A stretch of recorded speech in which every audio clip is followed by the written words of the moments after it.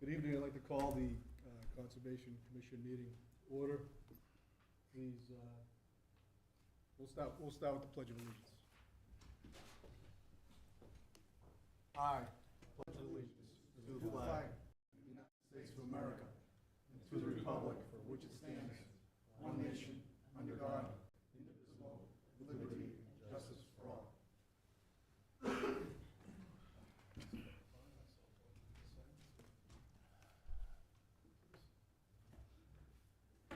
All right, please silence your cell phones. If I find mine, I'll silence it.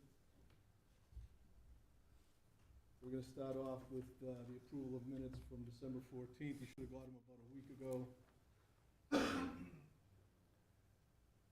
Oh, thank you, Mr. Metz. Emergency exits, if you need, no?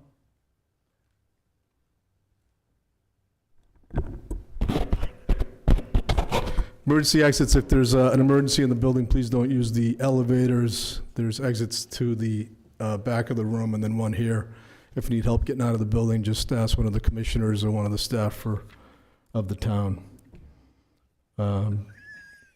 Silence your cell phones and we'll talk about the minutes. I'll take a motion on that.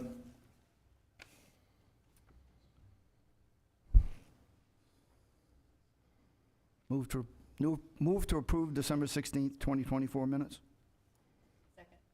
All right, so we have a first by Mr. Metz, second by Grace. All those in favor say aye. Aye. Opposed? Abstentions? Abstain. One abstention, Bob Boonstra. We're gonna move the chair's report and committee reports down and start right off with site plan review, so we can get these gentlemen in and out of here. We have a site plan review, 187 Hampstead Road, tax map 10, lot 12, Meisner Brem Corporation presenting. Sir, can you just come up there and state your name for the record? Good evening, Mr. Chairman and board members. My name is Kurt Meisner. I'm with Meisner Brem Corporation, here tonight to represent Delahunty's Nurseries and Jay Yanako, who is also with me in the audience, in a proposed minor site plan at 187 Hampstead Road. As you can see on the cover sheet, we've shown you a picture of the site. It's the site of the Holy Cross Church that's been abandoned for some time now. There's an existing parking lot and an existing two-story building out there right now. Shown on the plan to the, I'll wait for the plan to pop up. So the second sheet is the general layout and use of the property plan. Now, Mr. Yanako runs a nursery for gardening supplies and that type of thing. He also runs a program for youth athletics where they train for physical training and baseball type activities. So they plan on using the building for both of those activities. On this plan here, we've color-coded the areas that they intend on using for, basically what you're going to see here is for the nursery activities. So the green area would be for storage of nursery stock. The reddish areas would be where they would have staging for materials such as bark mulch and river stone, that type of thing. The yellow area would be, that's up in the front. The yellow area would be I'll call it a guard shack or a check-in area. So if someone were to drive in off of Hampstead Road, they'd take a right into that parking lot, check in with a person who's employed there. They would direct them to where they needed to go to get whatever materials they were looking to get. The remainder of that parking area there would be utilized for the training, the sports training facilities those folks would park in there and walk towards the building into the front entrance. Towards the rear of the building, there's another parking area out back. That would be utilized for the nursery people, or the nursery employees, or retail clients. And the bluish, it's blue on my paper, purplish on the screen. That would be for where they're going to store their vehicles, maintenance vehicles. So that's a general overall layout of what they plan on doing on the facility. The next sheet is more of an engineering black and white drawing, where you can see up towards the front of the property at the, as you come in there, that spot right there, there are a couple of drainage treatment swales that were in the original design for the church. Those swales exist on the site right now. They're in place and they're working perfectly. They run along the front edge of the property and then down along the left side of the driveway as you enter the site. You can see a red line that is adjacent to the parking area. Inside of that red line is the areas that Mr. Yanako is intending to store his nursery stock. So that's going to sort of line the driveway and out towards the back of the site. Also, it'll be in the front entrance of the site, display areas and areas for people to see what the products are. There is an existing sign out on the site that he intends to leave there. And for the purposes of consideration of the general public, I guess, we've proposed to add a row of arborvitae trees along the front edge of the parking area. If we could go a little bit right there, and that edge of that arborvitae screening, that would screen the material bins, and that would connect up to a set of arborvitaes that run along the easterly or the westerly edge of the property. So that's an overview of what we intend to do there. If you folks if you have any questions, I'm happy to answer them, or if I can't answer them, I'm sure Mr. Yanako will be able to help you out. Any questions from the commissioners? Looking quick, I don't see any proposed snow storage area. Well, the snow storage was in the original plan. That would actually, there's plenty of room on the site.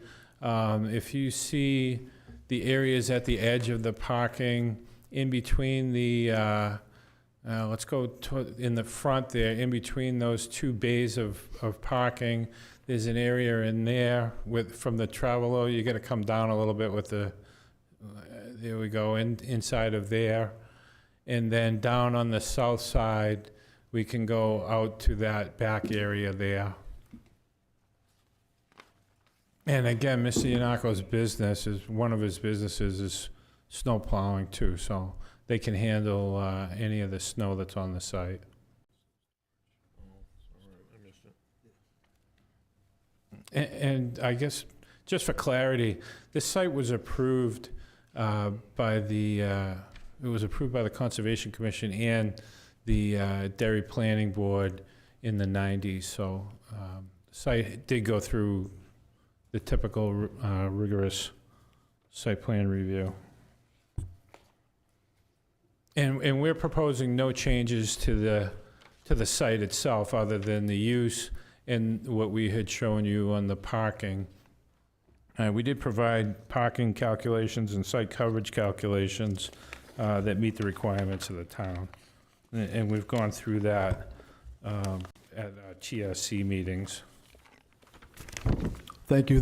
Just for the commissioner's information, if you looking at the plan, if you look at the lower parking lot, at the base of the lower parking lot, snow storage is identified in the green area. And then adjacent to the blue box, to the left of it, snow storage is shown there.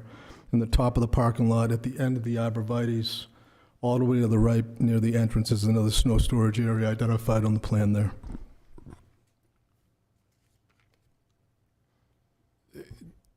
Those notes there, that was in the original, site plan review. What we propose now is to utilize other areas, so that wasn't an issue when we went through our first review. We can clarify that when we go to the planning board. So snow storage at this commission is pretty high on our priority list. Okay. We like to, so if it's not gonna be what's here on the plan, then we're gonna have to make record of that the snow storage that's identified in the plan is not where the snow storage is gonna be. Okay, well, that's okay. On the south end, it will be sort of in that area. It'll just be to the area to the left of that. Can I speak to that? Sure. Mr. Yanako, just state Sure. your name and address for the Sure, record. Jay please. Yanako, 37 Beacon Hill Road, Wyndham. Thank you. Regarding snow storage, as Mr. Meisner pointed out, one of our businesses during the wintertime of a nursery is snow removal services.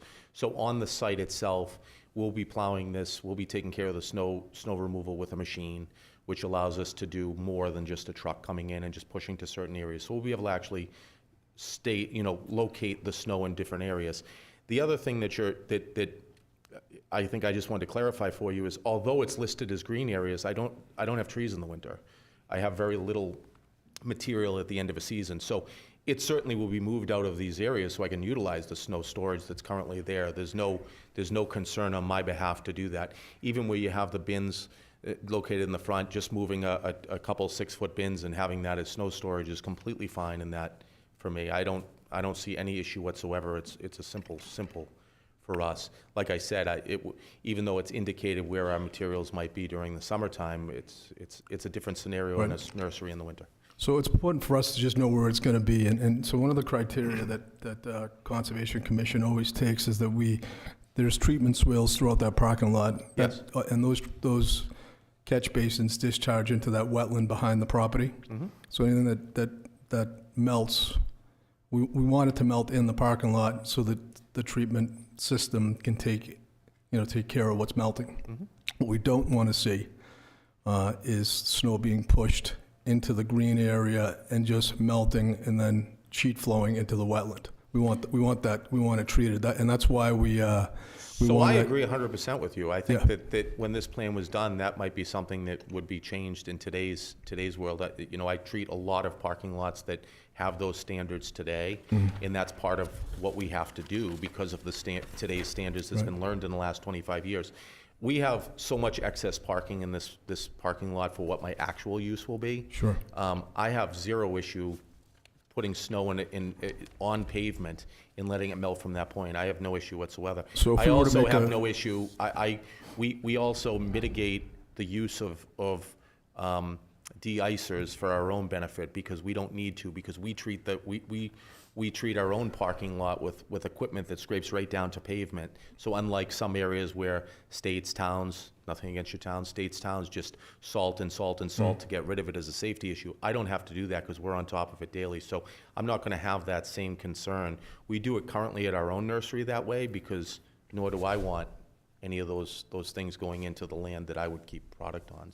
So we could if it's the commission's intent, we could solve that with a motion by this commission, by one of the members that we would ratify, and then you would just note the plan that all snow storage would be inside the curbed area and treated by the treatment system in the parking lot.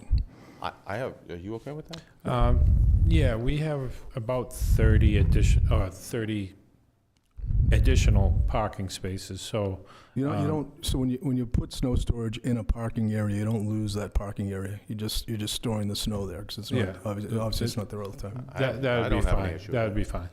I don't want to take over the conversation. Other commissioners, Mr. Metz?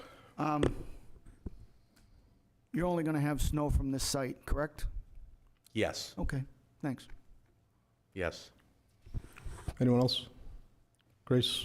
I'm curious as to how you had the vision to use Excuse me, this Grace. particular. Pull your Owen's microphone. pointing at you. It's not on? There it is. I'm curious as to how you had that vision to see that this property could be used for something other than a church. Yeah, no. There's quite a history there that I've learned quite a bit about over the last 6 months of doing this. It works really well for what I want to do. Yeah. It works really well.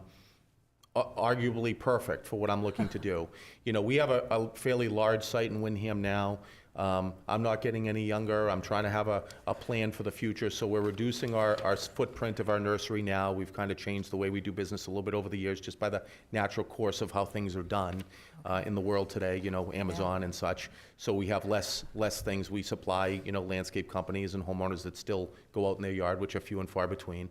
But in regards to that, you know, viewing the property, this works out arguably ideally for both of the uses I'm looking for. It's large enough. It's not a property I'm overwhelmed by. We're going to be able to utilize the upstairs of that church for youth sports, and that's going to be great for the community. I'm excited about it. I've already talked to your community development director about some things. We do the same in Windham. And as far as the lower level for our office space, this is going to be great. We're excited about it. Okay. Thank you. Anyone else? I'd make a, No, I have one question sorry, go before. ahead. Yeah, so on the plan, there's on the, if you orientate yourself with, say, the center of the plan, there's that green box that comes down. I noticed that there's a curb ending and a curb starting area. It says end concrete curb, and then, I got this plan a while ago, that's why I'm pretty intimate with it. It says end and start. What's the reason? Is that true, or is that old? What's going on there? That was on the original site plan. I believe the curbing does run along that edge of that property there, and that's part of the drainage system. I think if you look at, could we switch to the next sheet, please? I think what the intent was that they are directing the flow of that water in either direction into those catch basins and into those drainage swales. So I think the purpose of that was to just sheet the water in both of those directions. And you can see at the beginning and the end, there's an existing grass swale on either side of it to pick up that water. So you think the curb's there now or not? There are, yeah. The curb is there? Yes. It's, okay.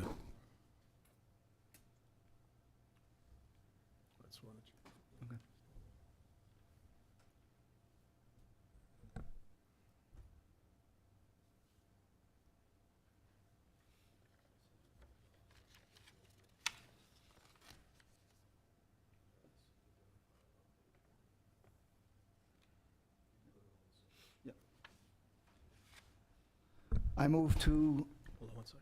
oh, sorry, Yeah, that's okay. just give me the go. Let's get more questions. Yes, Yeah, we, that's been seconded. Yes, no, so there was discussion between the planning office and the applicant regarding the use of fertilizer on this site. And, you know, one of the big no-nos is having fertilizer end up in the wetland. It's probably the worst thing for a wetland to fertilize the vegetation there. So I saw there was some discussion there, and I think I saw that Mr. Yanako or yourself said that you don't use, or you don't fertilize the trees that are in the parking lot. Is that, That's correct. Okay. All right, so can you just expand on that a little bit, just, I'll let Mr. Yanako expand Okay, on that. 'cause thank you. it's his business. Sure. So in order to fertilize in any state of New Hampshire as well, you have to have a certified fertilization or pesticide license. We don't carry one. We've never carried one. We don't have anyone certified. It's not our business. It's nothing we do. So all of the product that comes into us might have been fertilized in the home that it was at when it was grown, but we don't do any additional fertilization. Since that time, I educated myself even more than I already was on fertilizers and such. One, pesticides is not something to even be discussed. Pesticides is the old school. You think people out spraying in fields and so forth. That isn't something that's a case any longer anywhere. The fertilization business of plant material by the Department of Agriculture in every state is highly regulated. So they're approved and certified. We get all of our materials with a certification of what they've done. The generic or normal fertilizer that's used today in nurseries, growing nurseries, I have some sheets here. I'm happy to pass them out if need be. The process they use is they all now use a slow-release fertilizer. It takes 270 days to actually release fully into the plant. They use like a traditional potted plant, if you were to go buy like a rose bush or something, has a teaspoon of this fertilizer that's all non-toxic in it. The only way it can be any harmful to anybody, water bodies, animals, people, or is if you actually ingest it. So it's highly diluted by the time it gets to that point. It also is released over such a long period of time that they have to follow a process where they would say fertilize in December for plants they would ship me. It passed in the spring. On top of that, I also learned that the only way these fertilizers are actually released is when the plant is in the ground and the soil has a consistency of 77 degrees on average. The temperature release. Yep. So it's a temperature release. So nothing I have that's above ground, that it's pelletized, ever reaches that. In New Hampshire, it really doesn't reach that for any period of time. The soil stays that way. Also, by the time we get to that point, I've sold it. And then you take it and you put it in your yard. And the idea is it's slow release once it's into the soils at that point. On top of the water runoff, or the mitigation of the water runoff, the full intention for here and in today's world is almost every single one of my plants that I'll have there will either have drip or soaker irrigation. Sure. So we don't have this overhead runoff irrigation. No, all it very becomes a concentrated. problem when there's a rain event. That's always, it's the rain Yep. events that cause the problem, not so Yep. much the regular runoff. So that answers the question even on the rain event. So my daily use wouldn't consist of the rain event, but I consider those like rain heads. Right. So we wouldn't be using that. So the only time during the rain event tells you where I would be at with those type of fertilizers, which I was also told by basically the New Hampshire Department of Agriculture that the neighbors surrounding me, you know, their lawns give off more fertilizer than I have. So We hope that's not the case, but. I know, but that's especially in that unfortunately neighborhood. reality, and Yeah. you know. So in that neighborhood, when you're abutting a wetland, I think the town's pretty good at notifying people to use at least the low soluble fertilizers, but we don't want to augment it. So you would be amendable to a second note on the plan that you'll do everything within your ability to prevent fertilizer from going into the wetland. 100%. We also have over the last 17 years, we have Department of Agriculture do site visits on our property, just standard. Right. So in the last 17 years, for 40, 50 visits, there's never been a concern. So I'm not concerned about that at all. I have no problem with that. Do you abut a wetland in Wyndham? I have 500 to 600 linear feet of wetland that abuts Canopy Lake, Oh, Salem's drinking water, and I have no issues. all right. That's all I have. Anything else from the commissioners? Okay, looks like we have a couple of motions. Okay, move to approve the plan based on the snow storage as presented, and to also confirm that the curb cuts and breaks are as presented on the plan.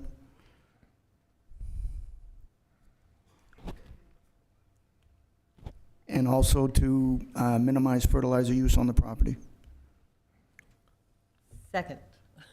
Okay, so we have a motion. I'm going to tidy up the motion if I could, Mr. Metz. Sure.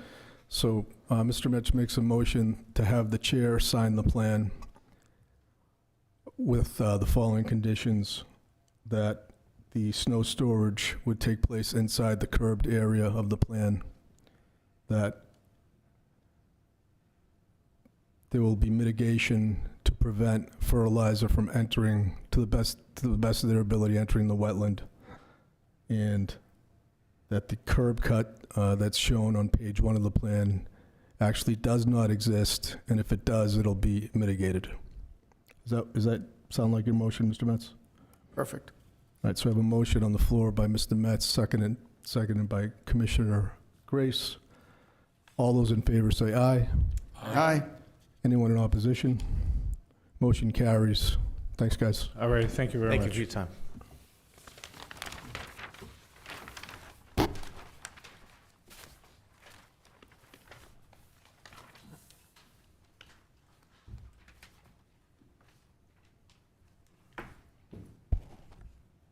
All right, we're going to jump right into the chair's report for correspondence, and we do have a bit. We did receive 3 monitoring reports from SELT, one for Ferdinander 1, one for Ferdinander 2, and one for Gunther and Nelson. I will pass them to my right, just make sure I get them back before we leave. Second communication was from New Hampshire DES. It's a wetlands permit by notification.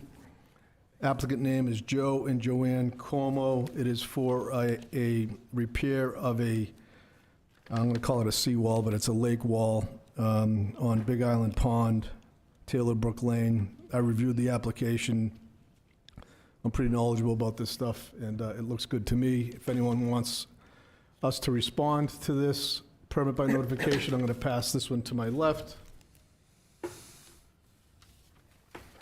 And that is all the correspondence.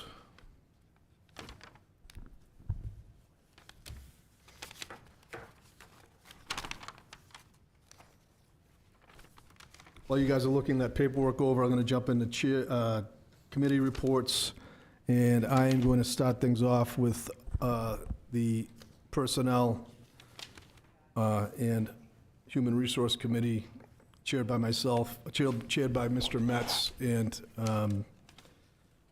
myself being a member. We conducted 2 interviews this week for the land manager position, 2 very good applicants. We are going to conduct, we have a total of 7 applicants. Is it 7 or 8? Maybe 8, right? 8. We have 8, yeah, we have 8 applicants. We have decided to interview 4 of those 8 applicants. And like I said, we accomplished 2 this past Monday. We're going to do 2 more this coming Monday. We hope to have that person hired within the next 2 weeks and get her processed and get her started. So that's where we are with that. Any questions on that? Hearing none, we'll move on. Community Garden, I will report out on that committee. We don't have a chair or a member yet. One of the main responsibilities of our land manager is going to be the community garden, and both the applicants that we apply would do I think a pretty stellar job at it. Eileen is not here for state compliance. Paul couldn't make it tonight. He is at the board of directors meeting for one of the nonprofits in town. And Bob, anything from land maintenance? You put any thought into your committee? We haven't done anything. No? Okay. Start thinking about what it's, what you're going to do. Like I said, you're going to be working with the land manager. I have a little piece on land maintenance that I'll get into on new business. And Paul's not here for reporting. TRC, I'll report out on that. It's so this plan, the planning department contacted me last week, and we really didn't have jurisdiction on this plan, but she said there was enough going on with it, so she kind of asked my advice if we wanted to see it or not. And I looked at the notes. The fertilizer piece was the one that was most alarming to me, and the snow storage. So I told planning to let the applicant know that we're going to be looking for snow storage on the plan, and that we did want to see it. So he came before us voluntarily and accepted those 2 conditions that we put on his plan voluntarily. Like I said, we did not have jurisdiction on that plan. But I thought that was good with the planning office because they saw some sensitivity there, so they asked if we wanted to see it.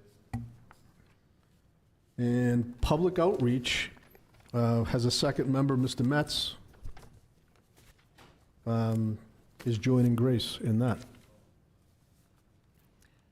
And I think Yes, and we have discussed a little bit about where we want this committee to go with public education, both giving the public some idea of what we have and how they use it. And Rick had a great idea of website use for that purpose, so we've sort of started. Yeah. It involves Doug Rathburn, so I have to get his permission too. But if there's any changes, I'll let everybody know exactly. But this is the type of thing, we have a map like this. I think that this map should be on the front of the website, so you click on the colored piece, and it pulls up what's available on that site, so. That was my first, after looking through the website, that was one of my first things, but there are other things that need to be addressed. Yeah. So you said you're gonna audit the prop, make sure that and also you were gonna talk about getting the commissioner list squared away with them too, right? Fixing the, who the commissioners are and who they're not and all that jazz? Yep. Updated. Updated, yeah. So Grace and Rick are gonna work on that. We have Mr. Boonster's working on our website. He has made a commitment that he's gonna get it wrapped up by March, earlier today. And as far as other business, if you've watched the news, you can see what's going on in California. I reached out to the Derry Fire Department and spoke with a good friend of mine and said, we probably need to have an assessment of our properties. I know we had one, I think 15 years ago when I first came on board. We had the forester come in and do it. So the town of Derry has, in the fire department, they have a risk assessment. Charlie, you're probably familiar with this. They have a risk assessment personnel. Yes. I think we had designated money for Doug Moreno, I think. Moreno Yeah. to come out. Charlie Moreno? Is it Yeah, Charlie, right, yeah. To come out and assess Weber Forest, but doesn't look like anything's been done. But there's a lot of down trees. Right. there, yeah. Yes, so it's forefront now. The gentleman, I don't want to release the person that I spoke with, but he is going to talk to the town administrator and try to get us assigned a risk officer that will walk the conservation properties with our land manager, develop a plan and a strategy on how we can address, try to prevent a catastrophe like what's happening in California. So that's on my radar screen. Other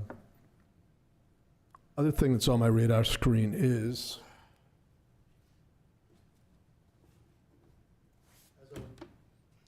as I was digging around in the file cabinets downstairs, which we need to talk about getting those a little bit more squared away. I found these snowmobiling, trail bikes, all-terrains, vehicles prohibited, and then no hunting, trapping, or motorized vehicles. And Mr. Metz and I have been talking about, with the advent of these battery-powered or pedal-assist mountain bikes, I'm not sure how many non-pedal assist mountain bikes even exist anymore. I think almost everything that's coming, unless you're buying it maybe at Walmart or a store, but if you're buying a bike at a bike shop, I think the probability of it having some sort of pedal assist, especially if it's a mountain bike, is fairly high. At least everything that I see on the road and on the rail trail has some sort of assist. So we need to think about how that affects the provisions in our properties, because a lot of our properties says no motorized vehicles. It's on probably 10 of our 20 properties. And I have to think that, at least I think when they came up with no motorized vehicles, they were talking about motorized vehicles that, used a gasoline motor, made a lot of noise, and tore up the trail. I don't think they were thinking about a mountain bike that has like a pedal assist. So I think as we move into having a conservation ranger on our properties, we're going to need to kind of, figure out where we stand on that. Bob, what is it? Do you have an idea where the state stands on that? Well, there's 3 different classes of electric bikes now. And then, so on state properties, you can ride A and B, you can't ride C. C is the fully motorized, right? Total motorized, yeah, and its speed is higher. That's the current. Yeah, so we don't have an A, B, and C, we just have a no. And I think it would just be unenforceable if someone was on one of those properties with a pedal assist bike. I just don't think we need to identify what we're gonna do and what we're not gonna do. So I think it'll mesh well with what Mr. Metz and Grace are doing. Maybe we need to have an A, B, and C. I think there's gonna be a lot fewer A's though. I think we're going B and C. I just don't see a lot of bikes being made that you only pedal them. So we need to think about that. And I also believe that they're a lot less obnoxious than a typical gas-powered motorized vehicle. And they don't, I think the intent when these restrictions were applied was specific to, gas-burning vehicles that have a lot of power and stuff like that. So that was on my radar screen. I wanted people to start thinking about it because we're probably going to have to provision. We're going to have to provision each property. Yeah, that's not the full one. And then we're probably going to have to take a peek at the covenants in the conservation property. Like, I took a peek at Broadview, and in the Broadview deed it says no motorized vehicles. So I know people use bikes there all the time, and I would have to bet that better than half of them are motorized or pedal assist. So. Are the definitions A, B, and C, those are on the state site that we can find? They're on, they're on our website, but it's also, basically, they're following federal rules. Oh, okay. Which, if you just type in e-bikes classification, and it'll break it down for you. Okay, thank you. I think, as a person who's riding one, I don't ride challenging trails or anything, but to me, it comes down more for the width of the trail. So old logging roads, which give you plenty of access, that you could go around somebody on the trail without forcing them into the woods or something like that. So it kind of comes down to the same as like trails when you have horses on a trail. If the trail is intended for a footpath for pedestrians, the other uses really shouldn't be on it. But if you're on an old logging road or an old town road, they can certainly coexist without a problem, kind of like our rail trails. It's wide enough that you can have two-way traffic, or at least people can go around each other. But I also know it's not what a lot of the average bike riders are looking for. They're looking for a challenge, lots of twists and turns, and they want to do it at speed, which can surprise pedestrians to bad effect. But Yeah, like you think about Frost Farm having that long, kind of flat road that goes down the side. I mean, that would be a picnic. But then you think Cole Marsh, all the bridges and stuff like that.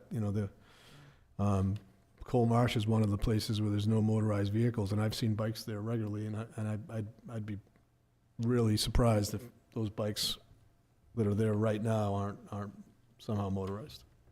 Well, there's that guy on a quad too from, I think he lives in Hampstead, Yeah. Chester, At Colmarsh? that frequents it. Yeah, comes in the other Valley Road. Well, 2 years from now, we're going to be talking about electric quads. Because they're coming. That would be okay. they already have some for Yeah. accessibility for Yeah. people in wheelchairs, so Yeah, they have the off-road. it's not that far away. Yeah. Yeah. But I think this is, what we can do is I think we have at least 2, potentially 3 e-bike dealers in Derry that sell e-bikes. We should probably get the owner or the manager in here and just get a little education on what people are buying, where they're using them and stuff like that. And that way, that way we can maybe use them as a resource to modify our plans. But I think we have to do it because I think, like I said, once we have a ranger in the woods, we need to be, succinct on what's allowed and what's not allowed. So if he or she confronts someone on the trail, I mean, we've established in our interviews that we're not looking for confrontation, but there's going to be a dialogue, and we need to know what that's going to be. We need to be clear on what that's going to be. All right. Anything else on that? That's all I have. Anyone else have other business they want to chime in, add? No? Don't think so. Charlie, what's going on with our name tags? Working on it. Working on it, okay. All right, good. All right, if nothing else, I'll entertain a motion. Move to adjourn. All right. Second. First and second, motion to adjourn. All those in favor say aye. Aye. Opposed? We're done. Not Right. bad.